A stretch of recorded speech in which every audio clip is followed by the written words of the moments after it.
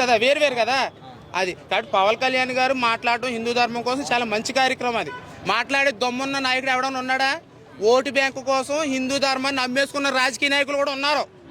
హిందువులకి ఏదైనా జరిగితే వచ్చే రాజకీయ నాయకుడు ఉన్నాడా? ఏ పార్టీ అన్నా ఉందా? నేను మొన్న ఆవులు పట్టుకున్నాను, నేను గోవులు పట్టుకున్నాను శివరాత్రి మహాశివరాత్రికి. నన్ను అరెస్ట్ చేసి ఆవులు పట్టుకున్నానని చెప్పేశాను. నన్ను అరెస్ట్ చేశారు. అరెస్ట్ చేసి రాజనగర్ స్టేషన్లో పెట్టారు. పెడితే ఎవరైనా సరే ఏ పార్టీ కూడా రాలేదు. ఒక బీజేపీ పార్టీ నాయకులు వచ్చి ఆవిడ నిజంగా ధర్మ ప్రకారంగా ధర్మంగానే పనిచేసింది, ఆవిడ చట్టపరంగా పనిచేసింది, ఆవిడ ఎందుకు అరెస్ట్ చేస్తారని చెప్పేసి నన్ను బయటికి తీసుకొచ్చారు. ఉన్న పార్టీ నాయకులు ఎవరైనా వచ్చారా? హిందువులు ఇప్పటికైనా ఈ విషయం తెలుసుకోవాలి. హిందూ ధర్మంకి సపోర్ట్ చేసేది ఎవరైనా ఉన్నారంటే వాళ్ళకి మనం ఓటేయాలి. నానా చెత్త పార్టీలకి వేయకూడదు ఓటు. ప్రతి ఒక్కడు వస్తాడు ఓటేసామని, అందరికీ వేసేయకూడదు. అటు జయశ్రీరామ్ అన్నప్పుడు మనం ఓటేయాలి.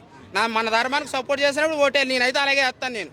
మరి సెక్యులర్ కుక్కలు ఏం చేస్తారో నాకు తెలియదు. అన్ని మతాలు సెక్యులర్ సమానం అనే సెక్యులర్ గాడికి ఇదే చెప్తున్నాను. మన ధర్మం బ్రతుకుంటే నువ్వు, నీ ఇల్లు, నీ సంసారం, నీ కుటుంబం, నీ దేశం, నీ రాష్ట్రం, నీ ఊరు, నీ గ్రామం బాగుంటుంది.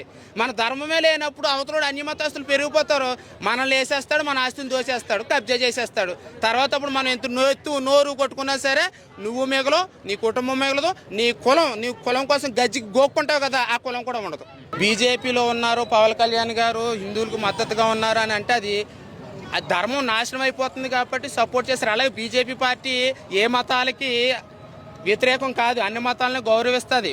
కావాలని బీజేపీ ప్రభుత్వం తొక్కేయాలి, దేశం డెవలప్మెంట్ అవుతుంది, వాళ్ళ మత మార్పిడిలకి గురి అవ్వకుండా చేస్తున్నారని చెప్పేసి అని బీజేపీ పార్టీ మీద బురద జల్లుతున్నారు.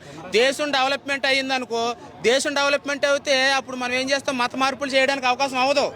అదే దేశం నాశనం అయిపోయి మత కల్లోహలో జరిగేసి డెవలప్మెంట్ లేదనుకో, మత మార్పులు చేయడానికి బాగా అవకాశం దొరుకుతుంది. అంతే కాబట్టి ఎప్పుడైనా సరే మన బీజేపీ పార్టీ మీద ఖచ్చితంగా బురద జల్లుతారు ఖచ్చితంగా.